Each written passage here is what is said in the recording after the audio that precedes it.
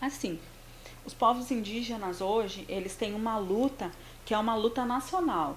Embora muito das nossas demandas sejam distintas, sabe? Aqui no sul é a demanda mais por terra, lá no norte do país é esse problema com as usinas hidrelétricas, com a exploração de minério, enfim, são outras demandas. A nossa luta ela se unificou.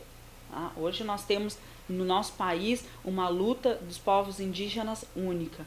Então eu sei dos meus parentes, né, dos meus parentes Caiapó, dos meus parentes Munduruku, sobre as explorações dos territórios, sobre a Belo Monte, que é uma obra faraônica e que eu não sei realmente se ela vai conseguir cumprir tudo que se está colocando para ela, entende? E a construção de uma usina hidrelétrica do tamanho dessa, nesse contexto dos povos indígenas, comunidades ribeirinhas, comunidades tradicionais, e o que vai afetar esses povos e essas comunidades. Ela realmente vai contra tudo que nós, povos indígenas, pensamos para o bem viver,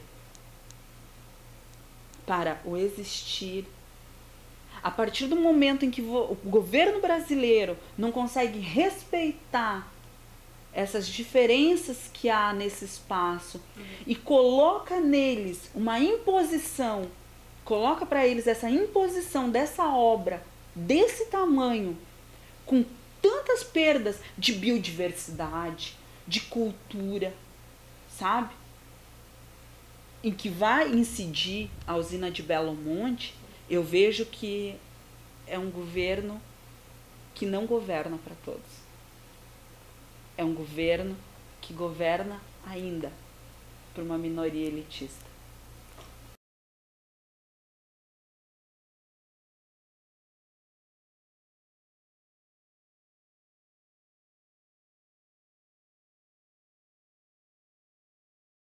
Essas terras indígenas que foram criadas pela política indigenista da época, elas realmente confinaram os povos indígenas e não queriam saber se você era Guarani, Caingangue, Xoclen, ou se você era de povos inimigos, entendeu? Porque havia isso.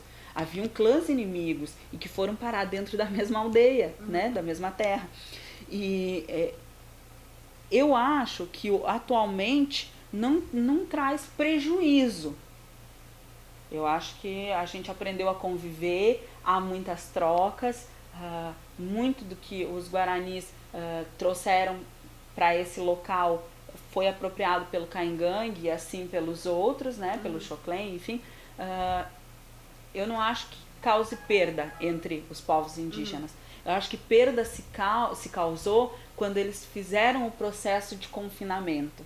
Isso causou perda de território, porque você não praticou mais as tuas caminhadas, né? No caso dos Caingangue, não praticou mais as caminhadas, as caças, tudo foi terminando, porque além deles formar as terras indígenas, eles ainda conseguiram ir tirando tudo de bem e de bom que tinha nelas. Entendeu? Formou-se as terras indígenas, então ali vai ficar preservado? Não, eles construíram serrarias dentro das terras indígenas. Eles venderam as nossas madeiras para os empreendedores que montaram serrarias, sabe, fora. Isso é o caso total do que aconteceu com o oeste de Santa Catarina, sabe? Tinham serrarias dentro das terras indígenas de grandes nomes da sociedade hoje chapecoense, entende? Sabe? Bertazzo e companhia. Então, o que causou perda foi esse roubo e esse grande dano que a sociedade não indígena impôs para nós. E não a convivência depois obrigada entre si, entre os grupos.